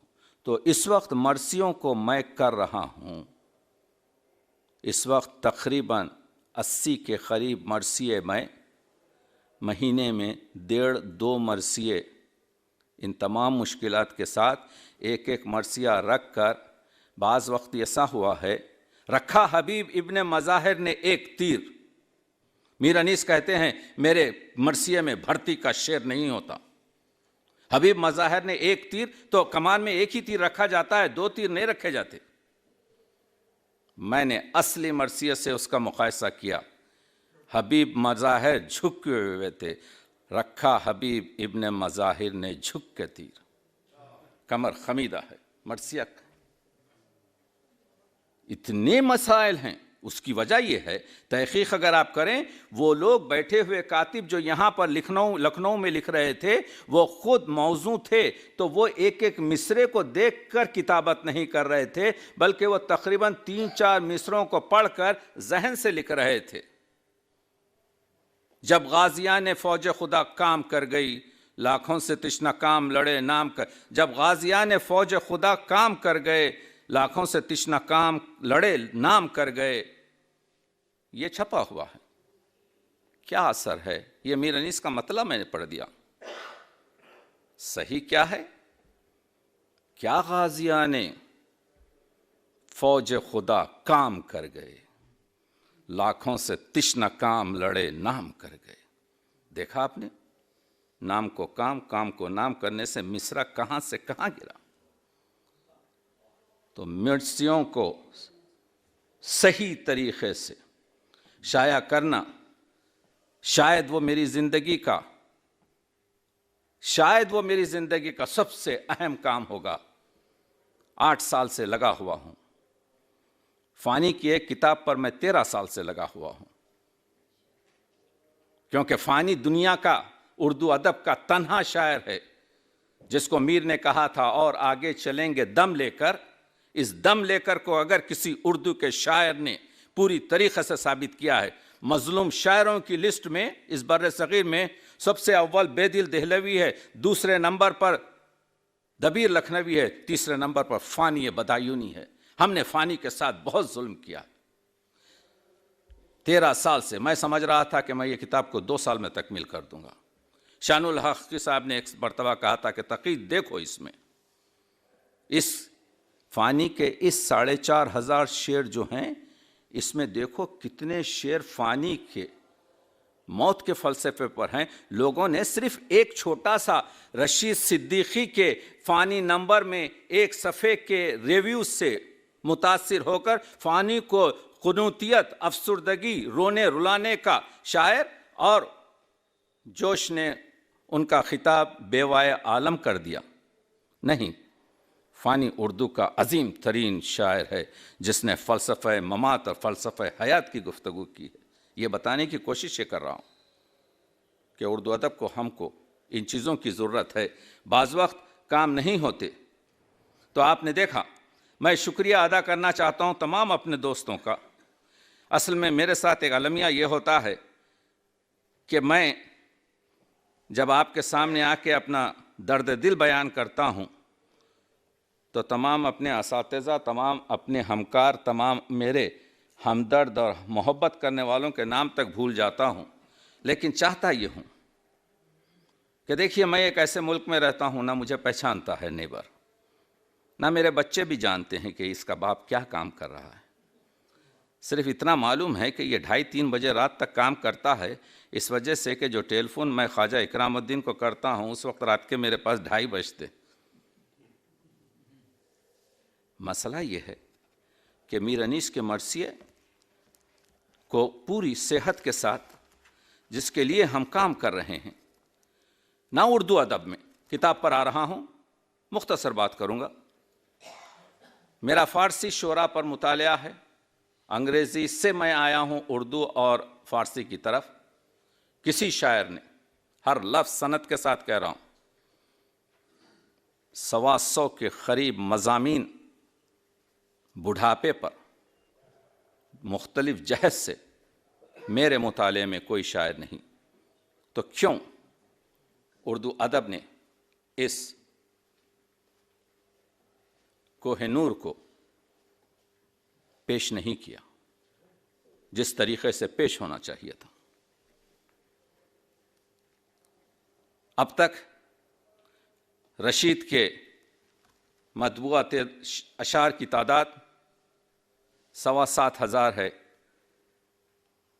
گوہر صاحب آج عنایت کرنے والے ہیں مجھے 3 مرثیے, اس کے بعد یہ تعداد میں کچھ اضافہ ہوگا. 8,000 اشعار بہت ہوتے ہیں. غالب کے اردو دیوان میں جو ان کی زندگی میں 5 مرتبہ چھپا, کل اشعار کی تعداد 1,752 ہے. یہ اور بات ہے کہ ہم نے غالب کی طرف توجہ نہیں کی. 3 صفحے کا جو فارسی میں مقدمہ ہے, غالب نے ہم کو نصیحت کی تھی کہ اگر میرے اشعار کہیں اور ملیں تو جز اس دیوان نہ کریں. ہم نے اس کی پرواہ نہیں کی. خطوط سے, مسائل دیگر سے, نسخوں سے, جہاں کہیں بھی اشعار ملے اس کو اب ہم نے 2,500 تک کر دیا. لیکن غالب نے جو دیوان منتخب کیا اس میں 1800 شعر نہیں ہیں۔ حالی کی پہلی غزل جو آپ کلیات میں دیکھیں گے، شیوے بیانیہ، رشید و ظہیر کا۔ حالی نے اگر کسی ایک شاعر کا نام لیا ہے غالب کے بعد جس کی مدح کی ہے، وہ رشید کی ہے۔ کسی نے اس کے مقطع کو حالی کے سمجھ ہی نہیں سکے، یہ ظہیر کون ہے، یہ رشید کون ہے۔ رشید حالی سے تقریباً 17-18 سال چھوٹے تھے، یا 14 سال چھوٹے تھے، کیونکہ ان کا تولد کا دن جلوس واجد علی شاہ تھا۔ شیوا بیانیہ، ظہیر دہلوی، رشید لکھنوی۔ حالی کہہ رہے ہیں کہ تیری غزل سننے کے بعد پھر ان کی لنترانیاں نہیں رہیں گی، تعلی کر رہے ہیں۔ ایک دو تین رباعیات پیش کر کے اپنی گفتگو تمام کروں گا۔ یہ بتانے کی کوشش کر رہا ہوں کہ میں نے یہ دیکھا کہ یہ ایک ایسی خاص چیز ہے، اب 21ویں صدی میں میڈیسن نے اتنی ترقی کی گئی ہے، کیلشیم ٹیبلٹ آپ کو دی جاتی ہیں، اب کیلشیم ڈینسٹی بھی کی جاتی ہے، تو شاید ریموٹ پلیسز پر، شاید افریقہ میں، شاید جس کو تھرڈ ورلڈ کہتے ہیں، ان کے گاؤں دیہاتوں میں شاید کمر خمیدہ اس طرح سے نظر آئے، لیکن یہ کمر جھک جاتی تھی، آنکھوں کی بینائی کم ہو جاتی تھی۔ اینک کو تشبیہ دیتے ہیں، میری آنکھیں بیڑیاں پہنی ہوئی، سفیدی، سب چیزیں ساتھ آتی ہیں۔ دیکھیے، کہنے کا ایک انداز ہوتا ہے۔ میں دو تین رباعیات جو یہ چیز بتانے کی کوشش کر رہا ہوں کہ پیری سے گو جھکا ہوا چلتا ہوں، پیری سے گو جھکا ہوا چلتا ہوں، جو راست ہے وہ راستہ چلتا ہوں، اب تو نہ رہے ثواب سے ہٹ جائیں، اپنے پیروں کو دیکھتا چلتا ہوں۔ دیکھ رہے ہیں آپ، کمر جھکی ہو تو آپ اپنے پیروں کو دیکھتے ہوئے چلتے۔ کب تک میں رنج و غم کی شدت دیکھوں، تاکہ اپنے پہ یہ مصیبت دیکھوں، گردوں نے پیر کر دیا ہے مجھ کو، غم ہوں کہ بس اب نہ اس کی صورت دیکھوں۔ دیکھ رہے ہیں آپ، غم ہوں کہ اب نہ اس کی صورت دیکھوں، بےتاب ہے یہ قلب حزیں اپنی طرف، اور روح کو آرام نہیں اپنی طرف، پیری میں جھکے جانے کا باعث یہ ہے، اب کھینچتی ہے ہم کو زمین اپنی طرف۔ دیکھ رہے ہیں آپ، چھاتے ہیں جو ابر غم برس لینے دو، کہہ دو کہ دم ایک نفس لینے دو، کیا ڈر ہے ملا دے پاؤں سے سر پیری، کیا ڈر ہے ملا دے پاؤں سے سر پیری، ہو تیغ اصیل خوب کس لینے دو۔ دیکھ رہے ہیں آپ، کس لینے دو۔ کچھ اہل زمین حال نیا کہتے ہیں، اچھا کہتے ہیں یا برا کہتے ہیں، پیری کہتی ہے تیری مطلب کی ہے بات، جھک کے سنتا ہوں میں کہ کیا کہتے ہیں۔ دیکھ رہے ہیں آپ، کیوں کنج لحد کے متصل جاؤں گا، کہنے کے لیے مطلب دل جاؤں گا، پیروں سے پیری سے بنوں گا منکسر اور رشید، جھکتے جھکتے زمین سے اور مل جاؤں گا۔ 26 سے زیادہ رباعیات رشید نے صرف ایک خمیدگی کمر پر لکھی ہے. یہ 160 رباعیات، یہ تو ہمارا شاعر مرتب کرنے والا 2 گھنٹے میں حروف تہجد سے ٹیپ وہ کر چھاپ دیتا ہے. میں نے اس کو موضوع بندی کی ہے، میں نے اس کے بارے میں تشریح کی ہے. اب مسئلہ یہ ہے کہ ہر شخص کی ذہن کا اعتبار ہے. سب پروفیسر آف اردو نہیں ہیں یہاں پر، ہماری جو قارئین ہیں، تو مجھے ان کی سطح پر اتر کے بات کرنا پڑتا.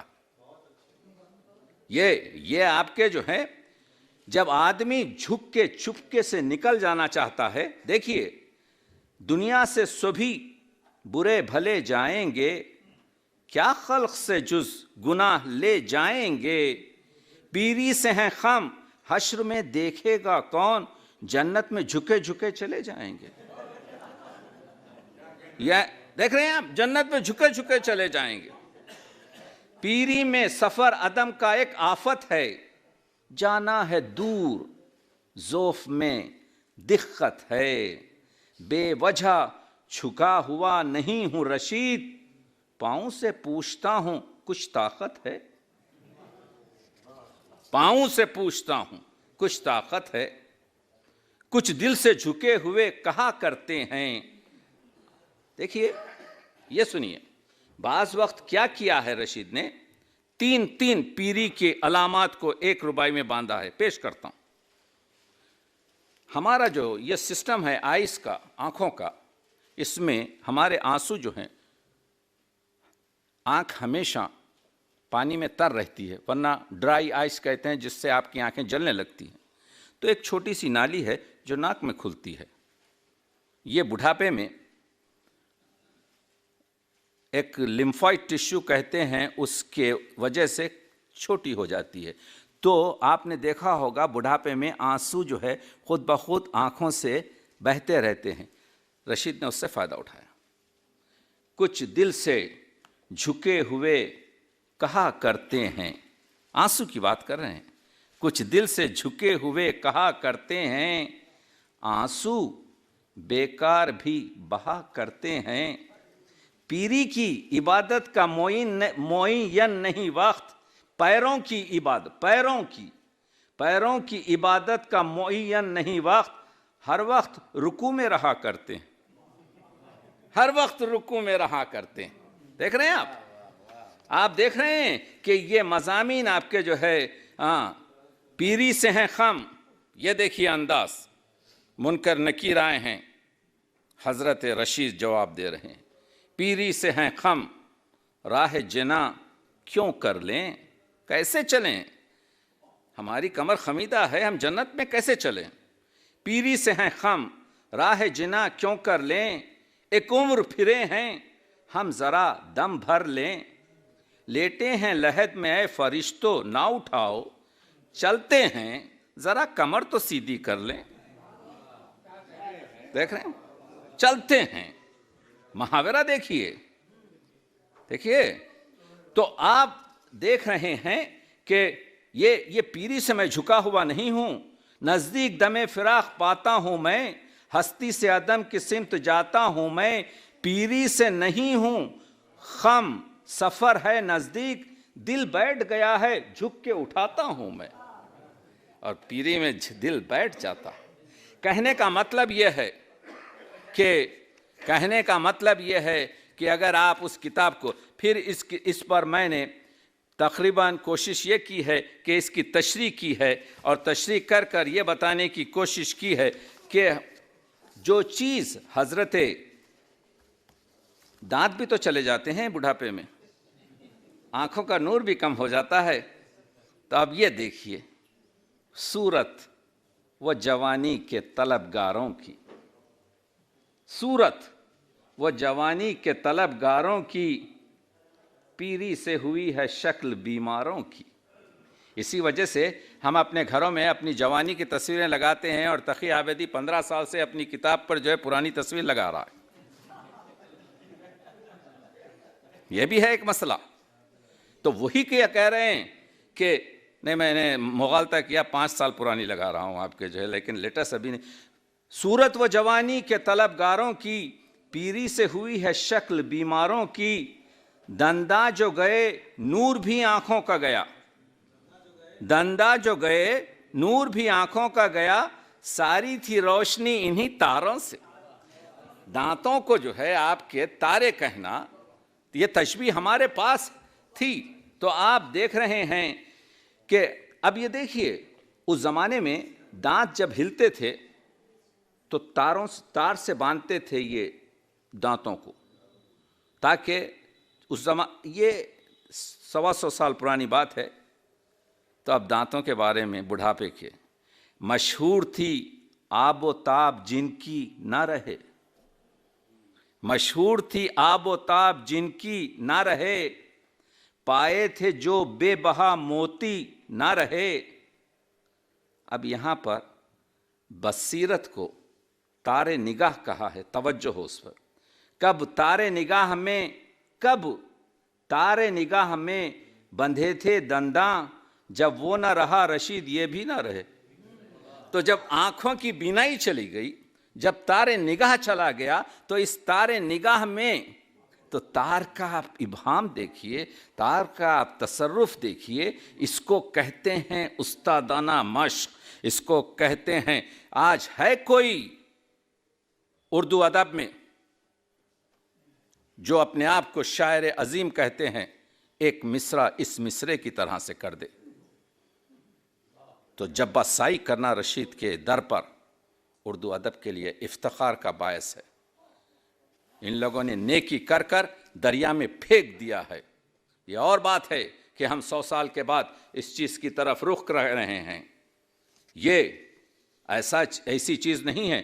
بڑھاپے میں راشا ہو جاتا ہے، بڑھاپے میں دل کا تپش ہوتی ہے، پیری غم میں شباب عالم میں ہے، کچھ طرفے ملال اس سحر و شام میں ہے، رکھتے تھے کبھی ہاتھ دل مستر پر، جوانی میں محبوب کو دیکھ کر ہائے کہتے تھے، ٹھیک ہے، رکھتے تھے کبھی ہاتھ دل مستر پر، اب تک راشا تمام اندام میں۔ دیکھ رہے ہیں آپ کہ یہ چیزیں جو ہیں یعنی رکھتے ہیں۔ میرا کہنے کا مطلب یہ ہے کہ اور یہ دیکھیے ہاتھوں پہ جھریاں آ جاتی ہیں، خون کم ہو جاتا ہے، اینیمک ہو جاتے ہیں، آنکھیں سے پانی جانا شروع ہو جاتا ہے، دامن اشکوں سے آنکھیں بھر دیتی ہیں، دامن اشکوں سے آنکھیں بھر دیتی ہیں، پیغام جدائی نظر دیتی ہیں، خون گھٹ گیا ہاتھوں سے گئی فصل شباب، ہاتھوں کی جھریاں خبر دیتی ہیں۔ 160 سے زیادہ رباعیات، 140 سے زیادہ آپ کے 140 سے زیادہ مضامین، اور اردو ادب اس سے استفادہ نہ کرے۔ میں نے سوچا کہ حسن یوسف کو بازار مصر میں پیش کرتے ہیں۔ آپ لوگوں کی پذیرائی کا میں بہت ممنون ہوں۔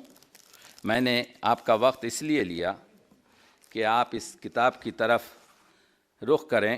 یہ چیز بھی آپ کی خدمت میں بتا دوں کہ میری جو ویب سائٹ ہے، اس ویب سائٹ پر آپ تقریباً 18,000 صفحات میری پوری تصانیف، میری پوری تالیفات کو پڑھ سکتے ہیں، اور وہ پوری کھلتی ہے، اس کو آپ کہیں سے بھی آپ پڑھ سکتے ہیں۔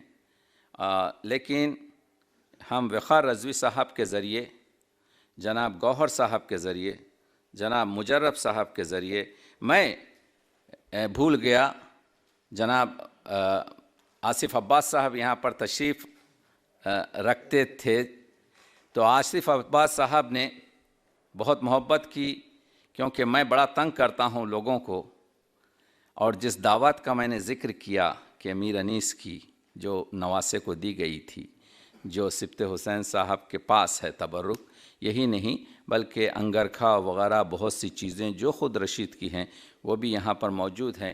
ان کی تصاویر وغیرہ میں بڑی کوشش کی گئی، اور مخالہ جو غیر مطبوعہ بنو رضوی صاحبہ کا تھا اس سے بھی ہم نے استفادہ کیا۔ تو اس طرح سے اس گلدستے میں جس کو ہم نے آپ کے سامنے پیش کیا، ان سب لوگوں کی آپ کے جو ہے مدد رہی، تو میں صرف ان کی محنتوں کو، زحمتوں کو سلام کر سکتا ہوں، اور بس فقیر سوائے دعا کے اور کر بھی کیا سکتا ہے۔ بہت بہت شکریہ۔ بہت بہت شکریہ۔ یہ میرے لیے سند ہے ڈاکٹر تقی عابدی صاحب، اور آپ جو کہتے ہیں وہ ناپ تول کے ہی کہتے ہیں، اور اس لیے کہ آپ کی جو تشریح، یعنی آپ یہ دیکھیے، میں جو بات کہہ رہا تھا وہ یہ کہ مجلسوں میں روزانہ وقار بھائی کم سے کم پوری دنیا میں ہزاروں کی تعداد میں تو میر انیس کے بند پڑھے جاتے ہوں گے، کہیں نہ کہیں امریکہ میں دن ہو رہا ہوتا ہے، یہاں رات ہو رہی ہوتی ہے، مجلسوں کا سلسلہ جاری ہے۔ لیکن جس طریقے سے تقی عابدی نے مرثیوں کو پڑھا ہے اور تجزیہ کیا ہے، ویسے کتنے لوگوں نے پڑھا ہے؟ سوال یہ ہے، اگر یہ روایت چلے اور اس طرز سے لوگ پڑھنا شروع کریں تو وہ جو 19,000 غلطیاں ہیں، یہ 19,000 غلطیاں مرثیے کے جسم پہ زخم ہیں، تو ان کا کچھ مرہم ہو سکتا ہے اگر اس روایت کو ہم آگے بڑھائیں۔ آئیے اب اس شخصیت، اس کی سادگی اور اپنے شاگردوں سے جو محبت، تمام اردو کے طلباء کے ساتھ ایک شعر رہا جا رہا ہے جو سب کو محاورے کے طور پہ یاد ہے، اور اس کی مکمل تصویر ہے۔ رشید صاحب کا شعر ہے، تصویر شارف صاحب کے ہاں موجود ہے، کہ وہ سادگی دیکھیے۔ ایک بات کہیں تم سے خفا تو نہیں ہوگے، ایک بات کہیں تم سے خفا تو نہیں ہوگے، پہلو میں ہمارے دل مستر نہیں ملتا۔ اتنی سادگی سے بات کرنے والا شخص پروفیسر شارف رودولوی ہمارے صدر تشریف لے آئے۔ تمام سامعین کو مبارکباد دوں کہ لکھنؤ کا یہ پہلا ادبی جلسہ ہے جو 10 بجے رات تک جاری ہے، اور لوگ ہمتن گوش ہیں۔ جناب تقی عابدی صاحب، پروفیسر انیس اشفاق صاحب، جناب پروفیسر خواجہ اکرام صاحب، خانوادہ رشید کے گوہر و جوہر جناب گوہر لکھنوی اور جناب جوہر لکھنوی، خان محمد عاطف صاحب، جناب مجرب لکھنوی صاحب، شفیق حسین شفق صاحب، وفا یزداں صاحبہ، اور بے مثال ناظم جلسہ جناب ڈاکٹر عباس رضا نیر صاحب، جناب بقا رضوی صاحب بانی محفل۔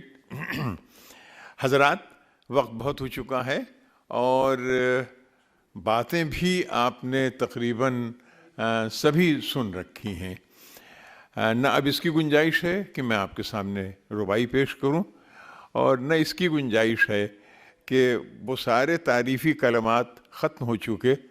ہمارے انیس اشفاق صاحب نے یہ شکایت کی تھی کہ ہمارے لیے تحقیق کا کوئی کوشہ چھوڑا ہی نہیں تقی عابدی صاحب نے، اور مجھے یہ شکایت ہے کہ یہاں کے مقررین نے میرے لیے کوئی جگہ چھوڑی ہی نہیں کہ میں کوئی بات عرض کر سکوں۔ حضرات، صرف چند کلمات۔ اردو تحقیق بہت عرصے سے اردو تحقیق پر ایک خاموشی طاری تھی۔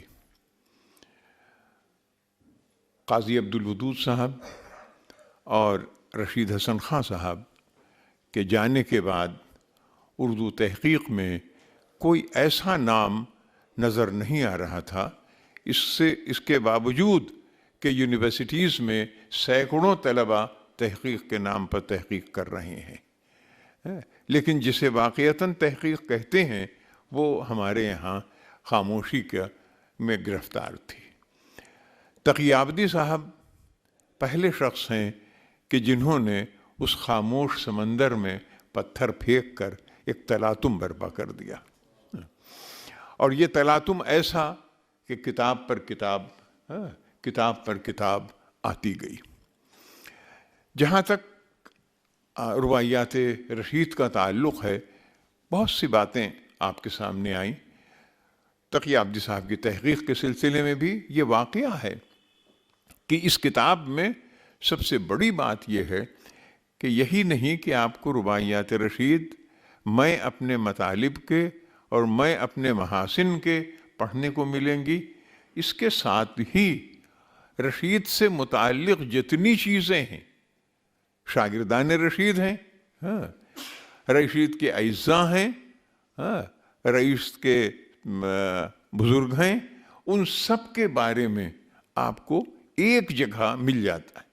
یعنی ان ساری کڑیوں کو جوڑ دیا ہے تقی آبدی صاحب نے، اور میں سمجھتا ہوں کہ یہ پہلی بار ایسا کام ہوا ہے کہ جس پر تحقیق کی جا رہی ہے یا جس سے متعلق کوئی چیز پیش کی جا رہی ہے، کبھی یہ محسوس ہوتا ہے کہ فلاں چیز رہ گئی، معلوم نہیں ان کے دادا جو ہیں انہوں نے کیا لکھا تھا اور لکھتے تھے یا نہیں لکھتے تھے۔ یہاں نانا سے بھی شجرہ موجود ہے، دادا سے بھی شجرہ موجود ہے، اس شجرے کی قلم کہاں لگی اور اس قلم سے کتنی شاخیں نکلی اور کتنے پودے سامنے آئے، وہ ساری چیزیں 4 شجروں میں فراہم کر دی گئیں۔ یہ پہلی بار ہوا ہے۔ کیا اس سے پہلے غالب پر تحقیق نہیں ہوئی، یا میر پر تحقیق نہیں ہوئی، یا اور دوسرے لوگوں پر تحقیق نہیں ہوئی؟ لیکن اس کے بعد بھی یہ شکایت رہی کہ صاحب یہ سن معلوم نہیں ٹھیک ہے یا نہیں ہے، یا یہ جگہ ٹھیک ہے یا نہیں، اس کی سند کہاں سے لائی جائے۔ وہ ساری چیزیں فراہم کر دیں۔ یہاں مجرب صاحب تشریف رکھتے ہیں، گوہر صاحب تشریف رکھتے ہیں، جوہر صاحب تشریف رکھتے ہیں۔ یعنی ان سے زیادہ اہم اور ان سے زیادہ صحیح ماخذ ہو ہی نہیں سکتا لکھنؤ میں رشید صاحب کے تک پہنچنے کے لیے یا رشید صاحب کے کلام کو جاننے کے لیے۔ تو اس ماخذ تک پہنچنا، یہاں سے چیزیں حاصل کرنا، انہیں ترتیب دینا، انہیں شائع کرنا بہت بڑا کام تھا جو تقی آبدی صاحب نے پورا کیا، اور ایک بہت بڑی کمی ہمارے ادب میں جو تھی اس کمی کو جوڑا۔ جہاں تک رشید صاحب کی رباعیات کا تعلق ہے، دیکھیے اردو ادب یا اردو شاعری کا دامن رباعیات سے خالی نہیں ہے، یا اچھی رباعیات سے خالی نہیں ہے۔ بہت اچھی رباعیات آپ کو ملیں گی، انیس اور دبیر کی رباعیات ملیں گی۔ آپ اس کے بعد نیچے آپ آتے جائیں، رباعیات کا ایک سلسلہ آپ کو ملے گا، جوش ملیح آبادی اور فراق گورکھپوری تک، اور اس کے بعد جگت موہن لال رواں ہمارے یہاں اناوی ربائی ہی کے شاعر تھے۔ یہ سارے سلسلے آپ کو ربائی کے ملیں گے۔ پھر اہمیت کیا ہے رشید کی، اور اتنی قد و کاوش کرنے کی ضرورت تقی آبدی صاحب کو کیا پڑی جب اتنے ربائی گو اور موجود تھے اور رباعیات کہتے رہے ہیں۔ اور یہ بھی نہیں ہے کہ اس کی 160 رباعیات یا 120 رباعیات کے سے کم لوگوں نے رباعیات کہی ہوں، ہزار رباعیات لوگوں نے کہی ہیں، اور وہ موجود ہیں اور چھپی ہوئی موجود ہیں۔ مسئلہ صرف یہ تھا کہ جس موضوع پر ربائی کہی گئی، یعنی یک موضوعی رباعیاں، کسی نے اس طرح سے احوال پیری پر ربائی نہیں کہی، کسی بھی شاعر نے نہیں کہی۔ لوگوں نے ذکر کیا، کہیں حوالے کے طور کے اوپر آپ کو مل جائے گا۔ ہمارے ہاں یک موضوعی رباعیاں اگر ہیں، اگر آپ فارسی میں دیکھیے تو خیام کو لے لیجئے کہ خبریات پر ہی وہ ساری رباعیاں ہیں۔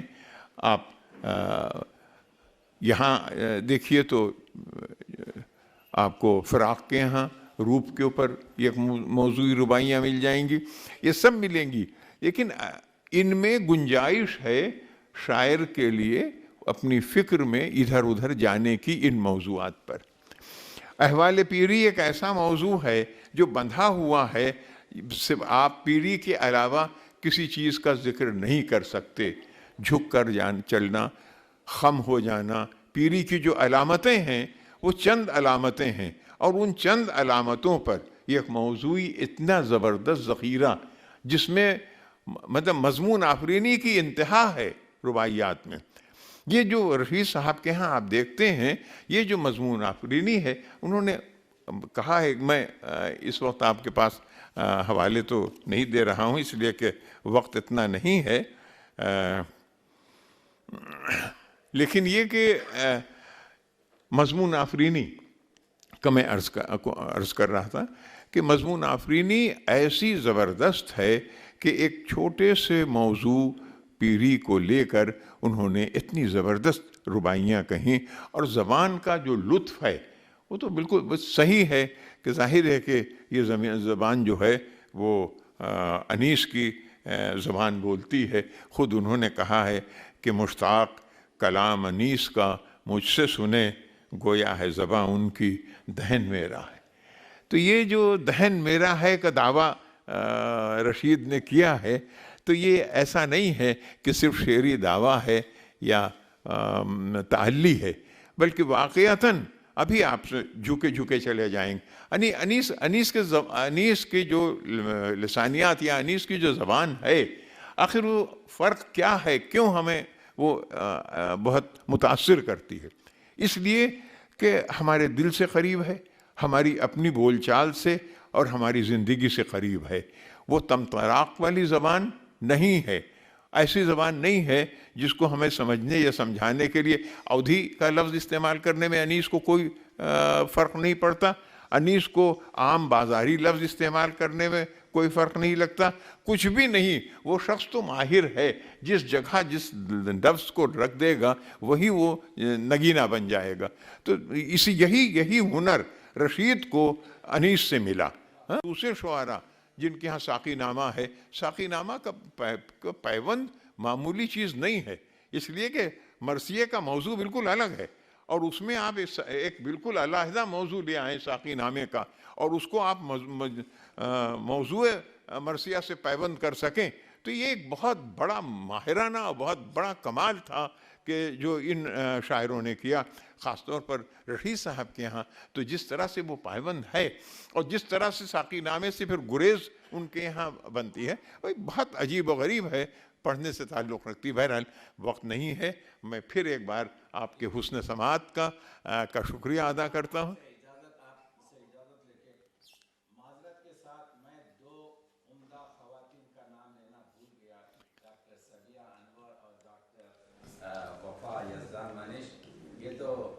انصافی ہے کہ میں نے صرف ڈاکٹر خبر جہاں بھی بیٹھی ہیں، بڑے بڑے مرثیے کے محققین سے صحیح شعر پڑھا۔ میں ممنون ہوں کہ ایسا نہ ہو کہ پھر یہ مین گیدرنگ بن جائے کہ ہم نام بھول رہے ہیں۔ معذرت چاہتا ہوں، ورنہ خواتین نے جو کام کیا ہے اور ہمارے پاس اس اردو ادب میں، تو شرمندگی کے ساتھ صرف آپ کے جملے ختم ہونے سے پہلے یہ چاہ رہا تھا کہ آپ لوگوں کی جو ہے میں اپنی طرف سے سلام کروں کہ آپ لوگوں کی محبت اور جو کتاب پر آپ نے فرمایا، میں ممنون ہوں وفا یزدان منیش سے، محترمہ سبیہ انور اور یہ ان کی شرافت ہے کہ انہوں نے یہاں غلط پڑھے جانے والے مصروں کی گرفت نہیں۔ اگر مجھ سے کچھ غلطی ہو گئی ہے تو آپ بتا دیجیے تاکہ کسی جگہ پر میں رسوا نہ ہوں۔ میں ایک بار پھر شکر گزار ہوں، اور وقار رضوی صاحب کو بھی اس بات کی مبارکباد دیتا ہوں کہ انہوں نے اتنا کامیاب جلسہ یہاں پر منعقد کیا۔ بہت بہت شکریہ۔ آئیے میں گزارش کروں گا جناب وقار رضوی صاحب سے شکریہ کے کلمات۔ حاضرین، اس وقت کچھ بھی کہنے کا وقت نہیں ہے، لیکن دو جملے آپ لوگوں کے لیے ضروری ہیں۔ یہ جلسے اس لیے کرنے کی ہمت پڑتی ہے کہ اگر سامعین آپ جیسے نہ ہوں اور اتنا وقت نہ دیں تو شاید اگلی بار ہمت نہ کر سکوں۔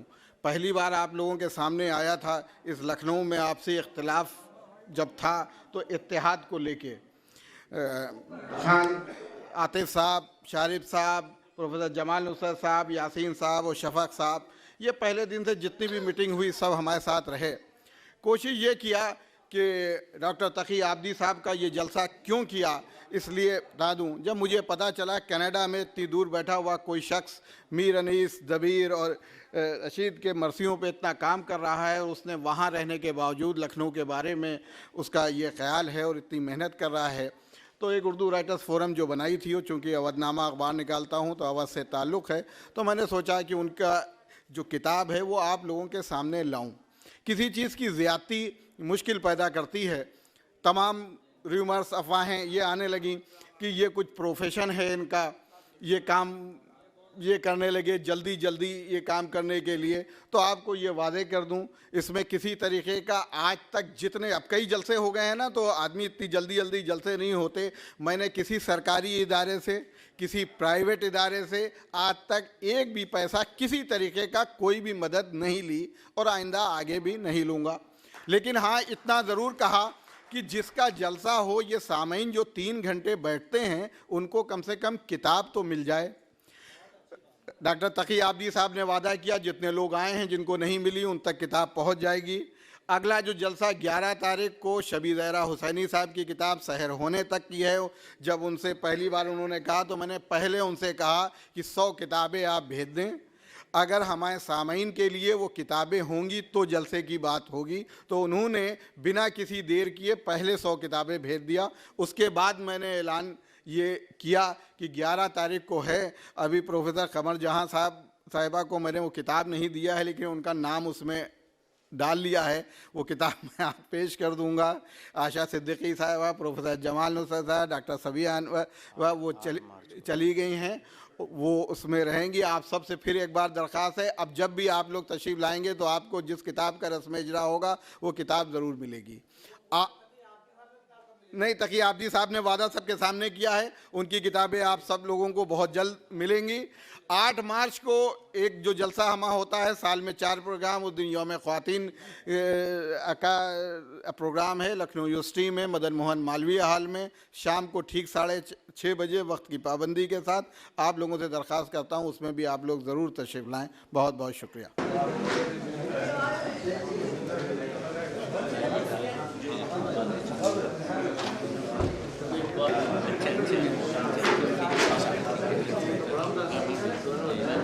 نہیں آئیے، ابھی آئیے. ارے اطہر بھائی، ارے اطہر صاحب، ارے اطہر بھائی کیمرے سے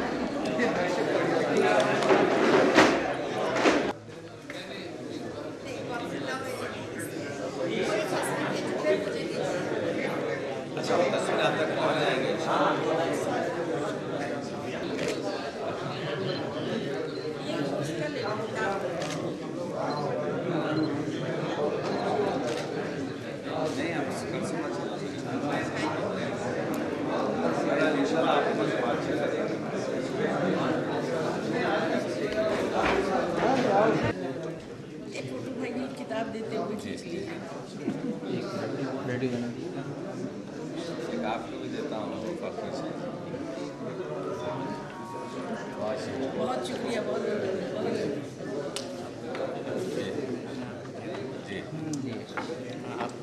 بھائی تھوڑا پیچھے آئے. یہ بہت اچھی چیز ہے. میں تو رکھ لیا ہوں.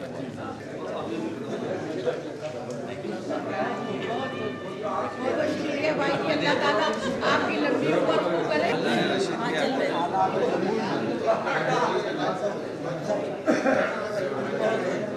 معذب